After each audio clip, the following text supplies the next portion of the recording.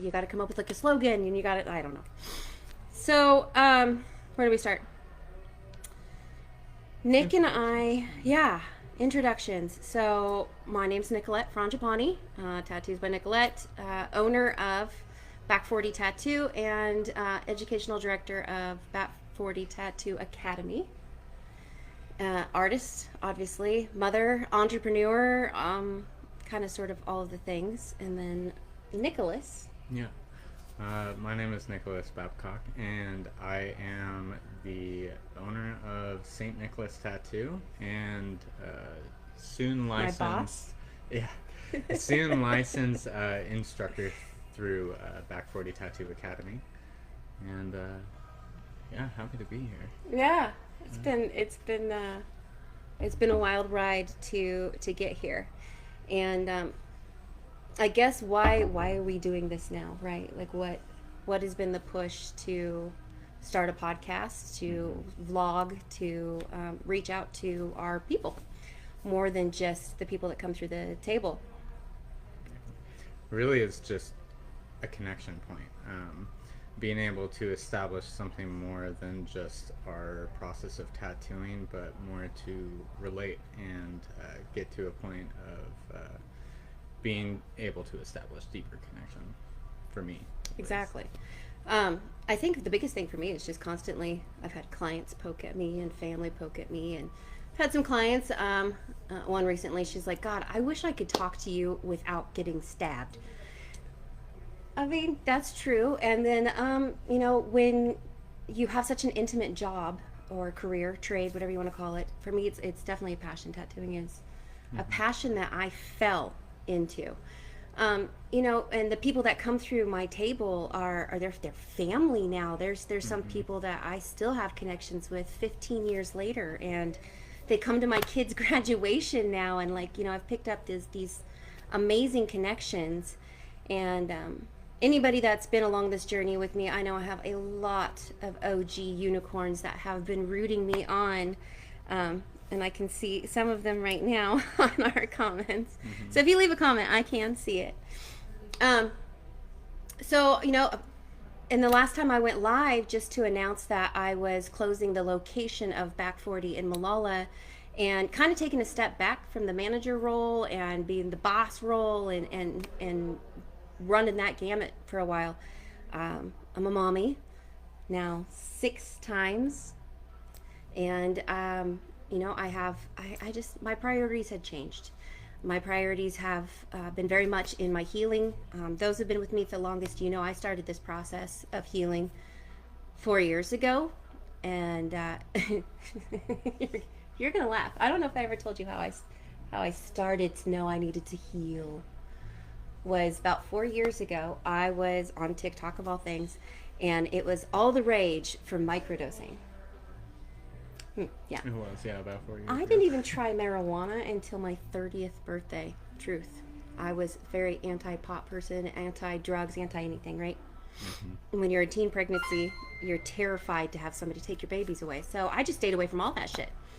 Well, Oregon changed some rules and whatnot, so I was like, I'm going to try microdosing because there was this thing on Netflix about mushrooms and shrooms and psilocybin and how it unlocks your neurons, and it was healing people, and I felt like I had hit a stagnant point in my art, right? Well, who's on there? Like Stevie Nicks is on this documentary, and Sting, and like a few other artists, and they were all talking about how after they had going to make me a better artist, not hash out shadow work and hash out generational traumas, and just really it may have opened Pandora's box. So now 4 years later, divorced, remarried, with a baby, downsized my business, new relationships, new partnerships, I wake up some days and I feel like I live in fucking Twilight Zone. I would have never thought in a million years, let alone, when you and I met, that we'd be sitting here on this couch. So yeah, you should tell what was your impression of me the first time we met. it was one of those instances where you can immediately recognize the significance of the relationship. It wasn't something I anticipated looking like this, but no, I knew from the way we conducted our first meet and greet, our first little interview of coming on as a student, that it was to a point finally arranged. Mm-hmm. And that was kind of how you were approaching bringing on students. Yeah, I did not advertise. I let the universe bring the people to me. And that was, I think that was actually the first thing you said to me. And So I asked, how did you find me? yeah, which was quite random, how it came about. I hadn't even really heard of you until it was passed off to me. But my introduction was from my mother's coworker, who is related to Brian, who was another student of yours. And so, yeah, it was one of those things where I almost was skeptical of, one, the entire industry, and two, what academy regulation looked like and what the structure looked like, because I didn't expect it to be like enrolling at a university, which I'm quite glad it wasn't. It definitely was a much more personal and intimate experience than you would go in thinking in getting an education. But yeah, my first impression was that you are diligent. And that hearing a little bit of your backstory and how you even got to where you are when I met you, it was clear that like you had to invest all of yourself to make this happen. And for me, being someone who at the time I had met you, I was already working as a freelance artist for about 11 years. And I knew that's what I wanted to give to something, because that's where the real value really set in for me. And through doing commission paintings, murals, and logo design, all that stuff, I made hand-painted skateboards for about 7 years. And all those things just really gave way to the fact that like what I wanted to do was connect with people, and running an inventory-based business, even doing commission work, was something that Gave you a taste. it gave a taste, but it was only the tip of the iceberg in terms of the sort of connection that I felt was needed to be able to have your work really impact people's lives. Because a lot of that time was spent during a consultation process and figuring out what they're looking for, and then you would spend the bulk of the time completely isolated and by yourself, which, you know, to a point I really love getting into a space where I get to just channel work. Sounds and good. absolutely. But having the only follow-up interaction with your client be, I love it, thank you so much. So you were enticed by it, but did you think that you were going to experience this magnitude? No, and when I got into this, it was initially the thought of, I need to hone myself and become like the best possible artist I can be. And after being in this for a little while, I realized that's only half the job. Yeah. And It's not just the artist, it's yeah, the person. and I was so Do you remember the first thing I asked you when you came in for, you know, we were sitting in the back office at your interview? First thing I asked you. I thought it was how did you find me? Well, okay, yeah, that's true. You got me there, technicality. What was the second thing? I don't. What is your trauma? Oh, yeah. Yeah. So right off the bat, Important question. very important For question. sure. All good artists, and artists not just in pen and paper, not just in tattooing, not just the only thing that separates one artist from the other is just the desire to create. I mean, any medium that might be, but to be able to tap into both sides of the brain, you have to have been somebody that's experienced both sides of the pain. Absolutely. And I mean, it's extremely recognizable in my paintings. That, Yeah, some of your shit's dark. extremely. And for Eyeballs and ripping flesh. yeah, for a long time, it was something where people were like, "You're really talented," but like, do you ever think about just making something pretty? And yeah, that was a bit of a realization that I was only half of the coin for a little while there, and it was something that needed to be broken through. But even with going into this, like, realizing like it wasn't really about the style or what it is you're creating. Like, granted, the artwork is exciting, but seeing the reaction and hearing the stories, and understanding why they're even there in the first place. That's a good segue. Hearing the stories.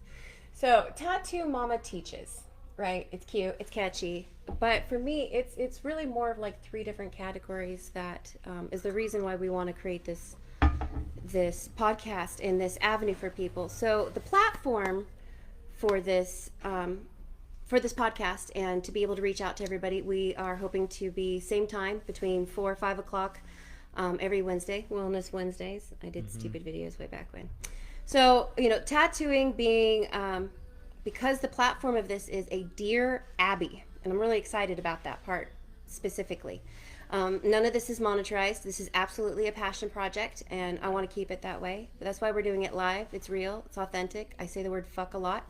So if you have any aversions to explanations on words, shit, damn, and all the I like, it's flair. It's adding. Cover the little's ears. It covered the little's ears. Yeah, this is probably not something that you want to be listening to on speaker. Yeah. Or maybe you do. So with this though, and having a Dear Abby, I'm an elder millennial, 1981. Just dated myself on live TV. It's fun. And you're what, 2010? 2000. Goodness, I couldn't imagine. No, I was born in '93, so I'm 31. 90s. So, Dear Abby was, just to kind of explain it for anybody that hasn't really read a newspaper. So, Dear Abby actually came out, I believe, in the 1800s. I did like a little research on this beforehand, and it was a couple of different gazettes. It actually started in London, and I believe, don't quote me on that. I don't know, I read a lot of things. Anyway, so what it was is that you could write in a question of anything you could think of, from politics, how to boil an egg, what do I do with my husband, mommy issues, daddy issues, co-parenting issues, baking issues. Like, there was nothing off the table, and you would write this letter into the editorial of a newspaper, and the column was called Dear Abby. And Dear Abby would answer these questions in a confidential manner, but addressing whoever had wrote to them with their best perspective. I wouldn't say answer, because I'm not a licensed therapist. I'm only going to be able to give perspective based on the the many lives I have lived. If anybody knows, I'm on my fourth husband, and this is my Aaron Brockovich, right? I start to ramble off numbers. Fourth husband, 6 children, 6 hard relationships. 2 of them are no longer with us on this planet. I've seen tragedies. I have left scars on my babies. I have lived in strife. I was a teenage mother, lived in my car for a little while. Fight, scrapped and scraped to where I am. So hard believer that there's nothing as being lucky. But the reason why I started out this conversation talking about the microdosing and going on the healing journey, and then eventually alluding to real therapy, real licensed psychiatric therapy, to help me understand what I was missing. And now I feel like I'm definitely not healed, but hurt people, heal people, heal people. So Mm-hmm. I've heard from my clients, his clients, friends and family, how impactful and important it is just to be able to chew the shit. Like, Yeah. hey, what did you do when this happened, or what would you do, and getting perspective from your peers around you. But now offering an opportunity for other people and to be able to ask things without paying to get a tattoo. So the tattoo therapy is real, but we want to bring able to bring the tattoo therapy, not just paying for permanent art, because you're going to run out of skin depending on how much tattoo therapy you need. So the mama part of me, obviously, mama. I've been called Tattoo Mama. When they first published me, when I very first opened my shop, they labeled it Tattoo Mama Comes to Malala. I was like, great, you guys doomed me to butterflies forever. They kind of did. But so like it, and I was pregnant with baby number 5. Like, surprise. Mm-hmm. So the mama aspect of me has been, I have brought it into the way that I teach. I bring it into everything that I do. I have to mother everything. It's just how I roll.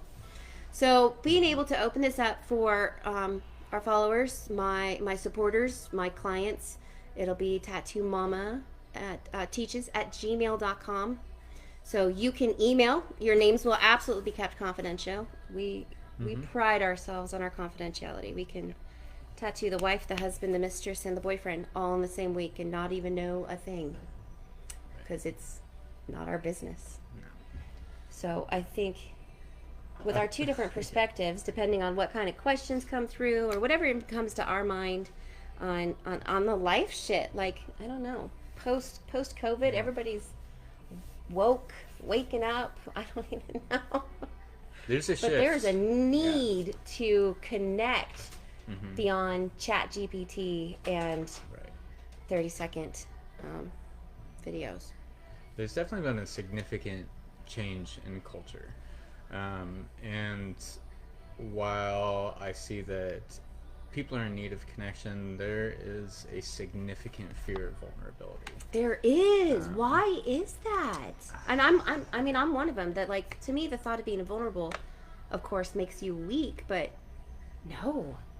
It's a goddamn superpower. It is. And I don't think that's exclusive to times now, because while everyone, 30 years ago may have gathered around a table and played Monopoly and had much more intimate time rather than just swiping through their phone, there was still a... There's also a shut-off point, right? Like, even for our there are youth, things you can't like talk you... about.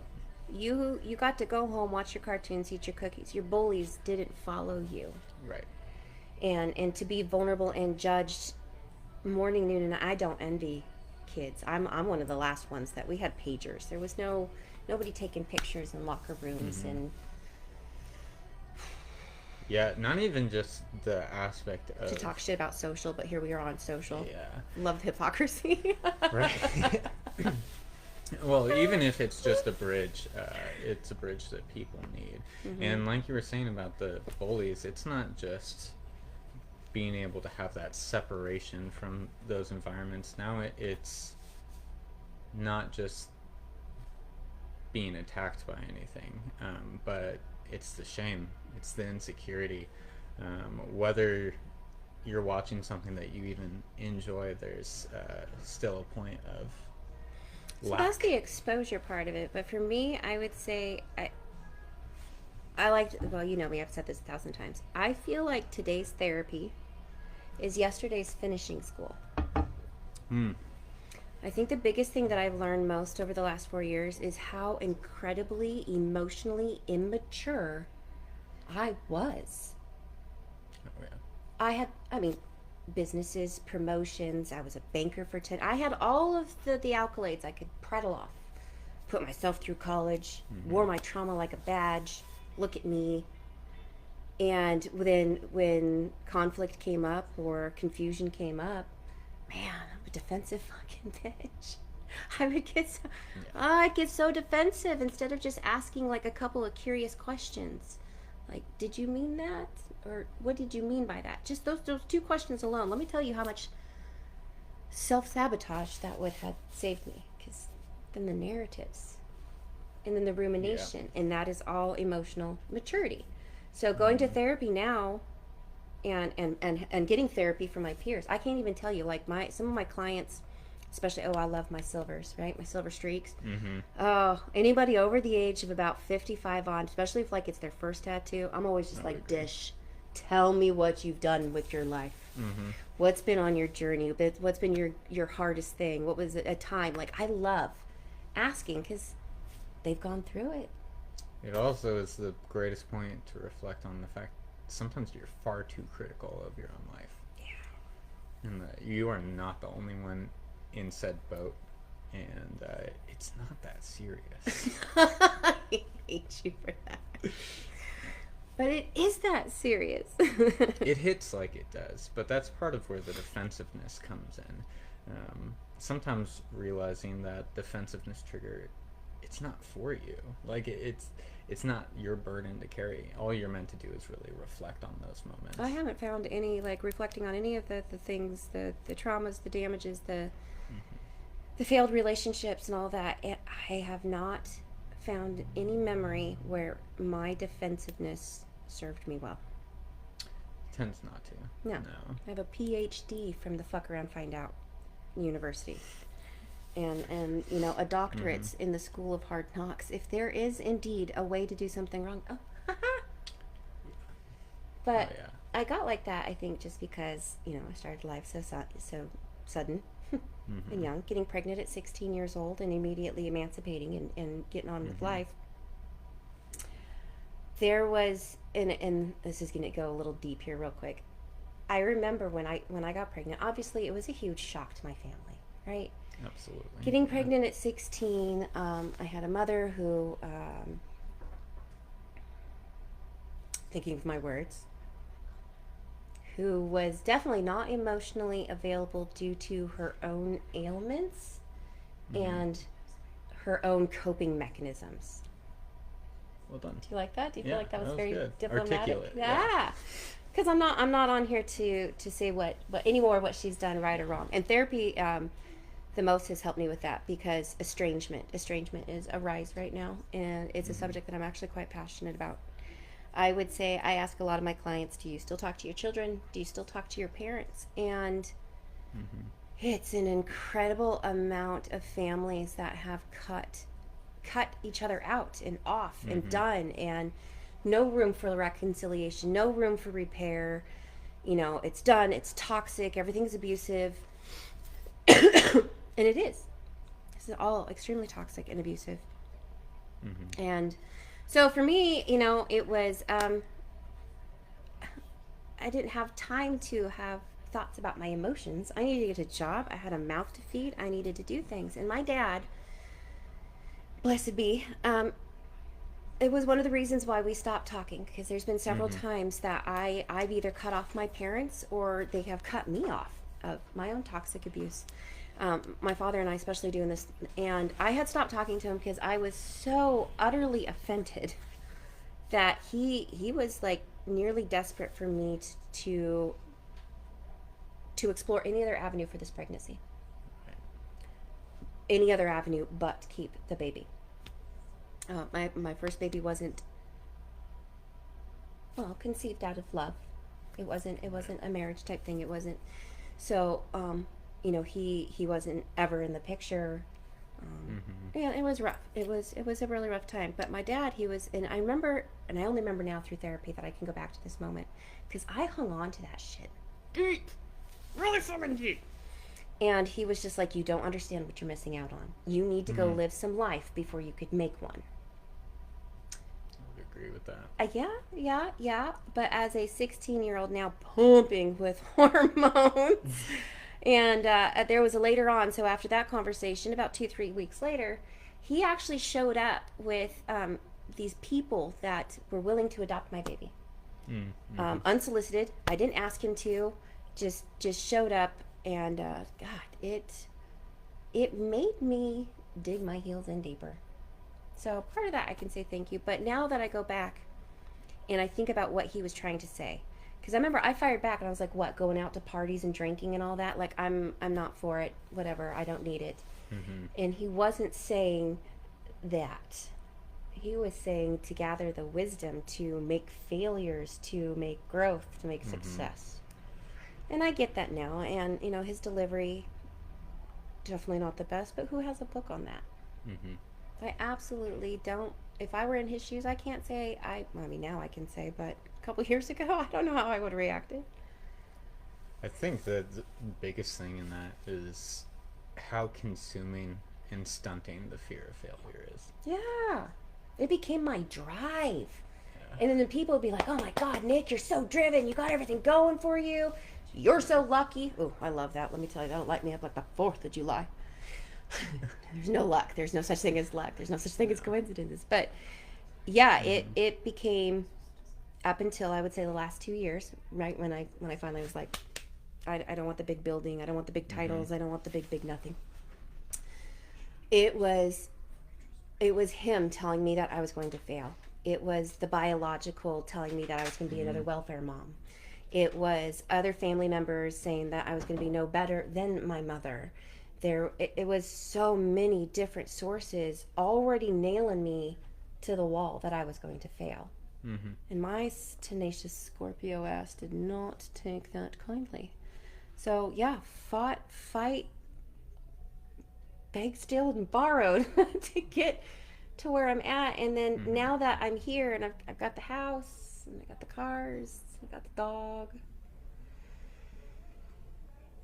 But now I don't have the time, and I've lost the. I don't feel like I have to prove to anybody anymore that I can do it, and it totally, like I told you when we first came over, it left me with such a long stint of feeling like a damn car left in idle. Like I told you, I feel like a truck just sitting right here. I'm sitting in idle, and it got to a point, and I was waiting for it and going through therapies and day by day and trying to get reacclimated, or never even acclimated. I started back 40 alone in that building. Yeah. I had one daughter in one stall doing glitter tattoos. I had another daughter in the other stall. Like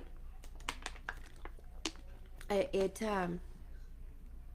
had to make it, you know. And then when my second husband took his life, it was like tattoos had to work. I found that it was going to be the only thing that was going to actually be able to make me both a good present mother and a strong provider father. And my husband was the one that actually pulled this one out. And he goes, and I got pissed. My ego, we were in Cabo alone. Best place. Oh, I know. We're at Cabo. We went to, I forget what it was called, something Cabana, I don't know, like big party place. But we were there so late, we were the only people there. And we're in this deep, whiskey-deep conversation about being masculine and feminine and all this shit, right? And, you know, I took a lot of pride in being able to provide these things for my children. Things. Got them their cars. They had a house. Everybody had their own rooms. I made it. If I could go back and slap myself. So many times. So my husband's just like, he says, yeah, but I mean, look at what happened. Like, I can see why the kids would have been confused, right? This is one of those things. Those aha moments that was like, oh shit. There's been a few times that my kids had accused me of being bipolar. Okay, so mom hat, dad hat, right? Because hit the ground running, nobody else is going to provide for me and my baby but me. So that made me a man right out the door, in my mind, because that's what men do, or at least in my mind. So say one of my babies does something stupid, as you know, growing up does, and when it was time for any kind of punishments or anything like that, the dad part of me would fly off the handle. I mean, I've been known to chuck a few things across the room, as shitty as it is, you know, and it would make me fly off the handle. And then I would have time to calm down, you know, think about it, send the baby to their room, and you know, they're awaiting. And then I would go in there and I would sit down with them and I'd have a conversation like, you understand that, like, when I tell you something 25 times and you purposely don't do it, and then you lie straight to my face saying that, yes, you did do it, even though I'm holding soggy homework that you tried to flush it down the toilet. True story. And you're telling me that you didn't do it, but it says your name on it. So I would have these calm, quiet moments, and then we would hug, and then we'd go back. Later on down the road, my children had mentioned that they felt like I constantly swept things under the rug. And for me, I'm like, what are you talking about? There's nothing swept under the rug. We address everything damn near with bullet points. Right. Why I got mad, why you have to pay the consequences and deeds, and what happens when you grow up, and yeah, you can't do that. Single mothers have it stacked against them. They have to be the providers, but when it comes down to forming these little minds, yeah, absolutely, you look crazy. You just threw something across the room at me, and now you're going to come in, give me hugs, and then offer me ice cream and let's go play outside? Yeah. One big thing to even acknowledge, too, is that not are you just switching between two very distinct roles. Amongst spending so much time navigating those two roles leaves no self-care. Your needs aren't met. And Self-care, that's plucking your eyebrows in the car, right? Exactly. Yeah, it leaves you totally did at a before. deficit. So as much as you want to continue to pour into your children and meet all their needs, you can't do it with empty cups. Yeah. It's not a good platform to be successful from. Trying to explain what the hell a cup is to even a 20-year-old, 21-year-old. Oh, I wouldn't have heard it. So yeah, estrangement from parents, and what it is that makes us throw down the darts and put up the walls and all that good stuff.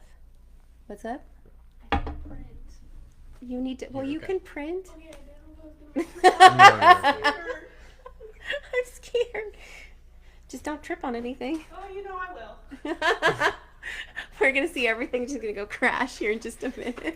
I should go get it. So yeah, Tattoo Mama Teaches. I guess to bring myself back from a tangent and still trying to keep track on time because I'm not gonna go over an hour on these. Do you wanna say hi? I'm nervous. Pop in. We'd like to introduce one of our other artists. One of our other artists here. Hey. Get in it. There we go. I don't want to kill your ankle. No, you're not. So, I know this is. I This wasn't is the prepared giggles. for this. I just had to print. You were a prepared. stencil. I mentioned the You cameo were, and I earlier. said, maybe. All right. So, introduce yourself. Who are you? I'm Kylie. Inked by Kai is like my business. I've been tattooing for a little over a year now. I went through mom's school. And then followed me from one shop to the other shop, It's true, I did. and still learning the things. So, what made you want to become a tattooist? My siblings really pushed me to do it because I loved creating art, and college was not for me. So I dipped out of that Did you one. go? I did online for 3 months because it was COVID.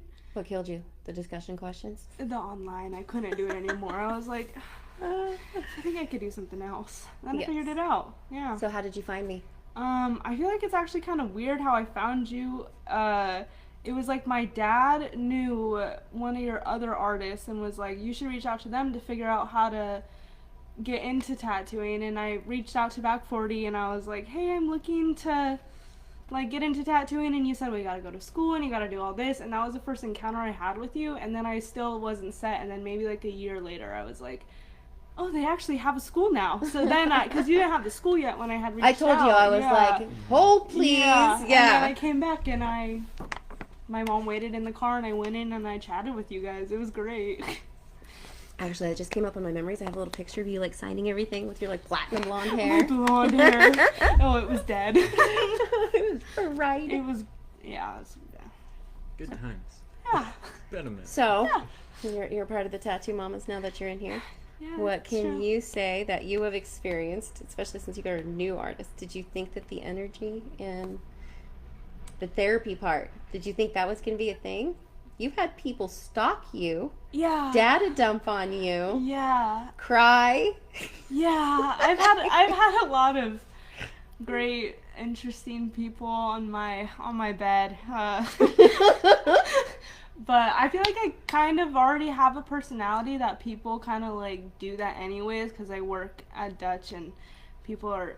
I'll talk to them for 5 seconds, ask what if they want whip on I that, have a and question. they're like, Do they does like the Dutch owners, managers, whatever, the Dutch people? yeah. Do they force you guys to like hang out the window and try to get life stories? Like, is that a part of the? 100%. Yeah. Is it? Oh yeah. I'm it's just a like, thing. why is Yeah. every Dutch like, hey, what are you Yeah. doing? Well, they today?" really want us to be engaged with everyone, but There's I've Yeah, had them like, like you short know- of crawl in the window. yeah, no, I've definitely crawled in some cars, but it's usually people I know. I don't do that to anybody. But I feel like I'll like just like, well, when I first started, I get like yelled at, and they'd be like, "You're not gonna get over here if you don't do this," and I was like, "Okay, well, I guess." And it helped with like my people skills a lot. I definitely like learned how to have a conversation to an extent with like random people. Otherwise, I just sit there like. I love it when somebody hits her with something Yeah. deep. She's just kind of like, yeah, whatever you want to do. Yeah, I think yeah. Yeah. That grin comes through a lot when it happens. Yeah. You just Yeah. smile through it. I don't know what to do, so I'm just gonna. Sounds good. Deer in headlights. Yeah, Yes. typical. Tattoo therapy moves on for everything. Yeah. Definitely. Gonna... Yes, go get your Okay. friends. Go, Do go, your go. job. Yeah, yeah. Nice to meet you yeah, do your guys. job. Might be back for. Oh, I'm for sure. No, it's way too much fun. Oh, Kylie. Kick. So, just as we're getting ready to wrap this up here, and I thank you. Oh my gosh, all of the I love yous, and I'm here, and she was good to talk to during the expo. This is cute. So much love. Let's touch it. Yes, so much love. Jen, Katie, all of the fun.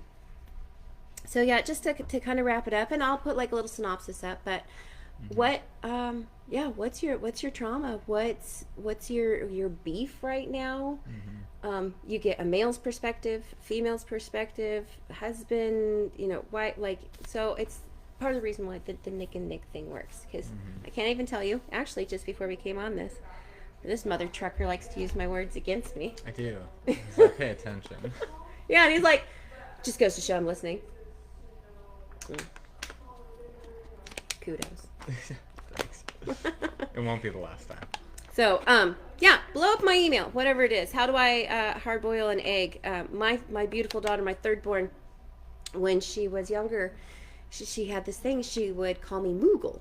And I was like, what the fuck is Moogle? And she was like, you're like, Mom, but Google. Like, if I have a question about anything, I just ask you first. Because I told her, I was like, you have a supercomputer in your hands. Like, go look it up. Yeah, but you're so much faster.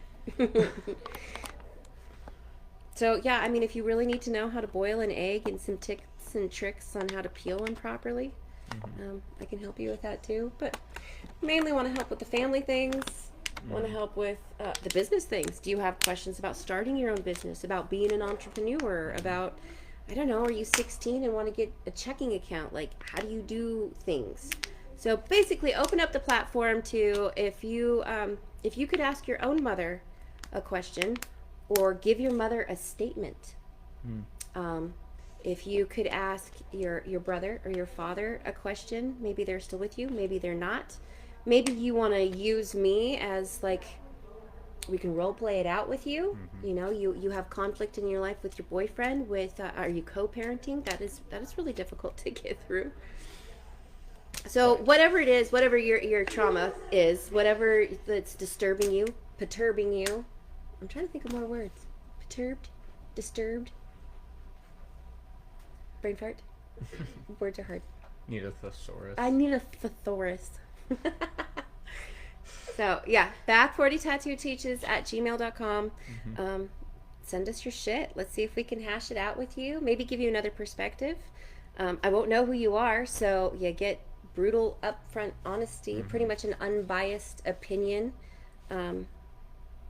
given only off of experiences. If you asked a question that we can't get, kind of stumps us, definitely help point you into some resources of people's places and things that could maybe open up answers that we can't. Because again, we are not licensed therapists.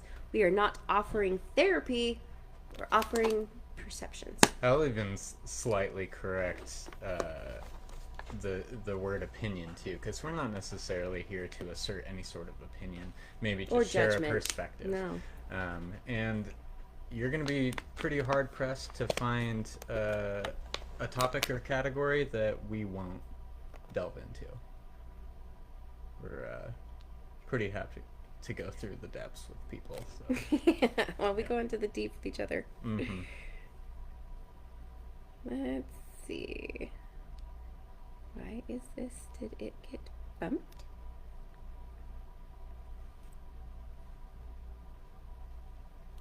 No, there it is.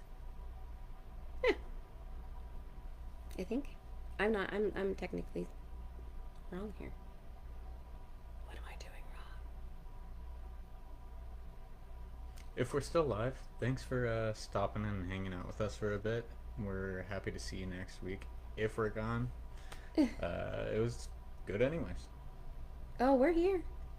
Okay. Okay, I made it work, I think. Heather says lots of knowledge between y'all. How fun. I don't know. I guess do we bid adieu? Did we hit our hour? I don't know. Did we hit our hour? No, we have 15 more minutes. So what is something weird and strange you want to discuss? What do you want to share? Weird and strange. That's a loaded question. Oh, should we give it more specific? Like, well, you're still new. Let's go back to the tattoo thing. What's the weirdest tattoo you've done so far? Weirdest tattoo I've done so far. These are the dumb questions I get when I'm in the chair. Easily any tattoo I've done on my uncle. Which Your uncle's the one with the... yeah. Oh, you already know. Yeah. So Is your uncle gonna see this? maybe so. I don't know. But I will say that my prompting to even get more into drawing was prompted by him always sitting with me and drawing his own tattoos. And he was constantly designing things, albeit not all perfect work, but he was still very much What excited. is perfect work? Perfect work as in having any sort of fundamental understanding of art. Hey, art is subjective. He didn't even need it to be extremely passionate about what he was making. But in terms of his So what was approach the weird to tattoos, tattoo? I mean, like, the last tattoo I did on him was blasting font onto his throat. What did it say? Big. It says OG 55. Which a big part of us putting that there is he had it on the side of his head, and then we ended up doing a cover-up with a gigantic rose. So, yeah, he's always got some pretty out there ideas for tattoos with no consideration for what anyone else thinks of it. He is all in every Walk and time. doodle art. Absolutely. So then what's your And favorite one now? my favorite tattoo I've ever done? I'd love to ask this in about 14 Yeah. years too, when you hit that point. At this point, I actually think it's a black and gray Victorian frame with the portrait of like a skeleton Victorian woman in it on Courtney, Oh. who is the best client. She's fantastic. But Unicorn client. Oh, that was a Yeah. question I got earlier. What is a unicorn client? for you or for me? It's Because I different? think they're different. Okay, so for me, unicorn client, right? It's the top 5 things. Shows up on time. I mean, that's crazy. Drinks water. Is well hydrated. Has gone through the consultation process. Made the appointment all by themselves. That's a thing. If I send, anyways, they made the appointment. We did the consultation. We are prepared. Shows up for the appointment. Gives me absolute creative freedom. And then tips well. I have a much shorter list. It is someone who's authentic, trusts me, Full creative freedom. and is excited. Yeah. Because those things carry so much of the other stuff. Honestly, like, if you got sloshed the night before and you come in, like, half dead, but you're stoked and you trust that whatever I say during that session, whether it be making adjustments, we need to call it, or anything along those lines, or that color is going to be absolutely atrocious on your skin, any of that stuff goes such a long way. As long as you're Don't tie your willing to hands. be honest with me and us have that dialogue, then So that's your unicorn client? yeah, just, Authentic, excited, just real and fucking listens to people. what you say. yeah. You're telling me your list is smaller. You just rebagged it. Did I? Yes! Okay, that's totally possible. 100%. But no, I will tattoo the person who hasn't eaten in 3 days and definitely never got acquainted with water. You know, we'll go there. Okay, yeah. No. As long as you trust me when I say, like, this might not be the best experience for you. Because It's we've gonna been hurt. through it enough. Yeah. So how many did you throw back last night? Yeah. I like them to show up on time. I like them well hydrated, well prepared, designed, put together. Yeah. And the full creative freedom. Like, tell me what you want. I want But don't tell me. rose and a dog paw. But don't tell me how. Yeah. Which is the same thing you just got done saying. It's possible. Yeah. I did learn from you, so, you know. I like how you rebagged it. Yeah. Got to be excited, and you got to be able to to listen to me when I tell you we can't do this color, can't do this line. Yeah. Yeah, you totally rebagged it. Yeah, okay. Still the same unicorn. Trying to think of anything else that that I've had questions about recently. The last but not least, the ownership of the shop. Oh, yes. Yeah, So probably there's been some significant change Changes. just since we came out here. Our shop opened on November 9th, and we've had so much change amongst all of our artists in here. There's just amongst people in general right now, it seems that life is really shifting. And so, yeah, just recently I have assumed operations and ownership of our shop, and it's going to be still taking more dramatic shifts as we move forward, hence us even doing something like this. But yeah, there's going to be some rebranding, refocusing, and bringing on new people too. So really looking forward to all that. always room for expansion. Yeah. Just knock down a wall. It'll be fine. Yeah. I'm familiar with demo. I know It's you great. are. It's my favorite part. It's so good. All right. Well, then we will say goodnight. And again, whatever your trauma, your questions, your Moogle, whatever you want to Moogle, just email back 40. I was going to say back 40 tattoo. Please don't do that. Let's leave Kylie. Let's leave that for the tattoos. Otherwise, I might glitch. So, TattooMamaTeaches at gmail.com. And thanks for coming for our pilot. Yeah. With no script. Yeah. Straight up raw and real.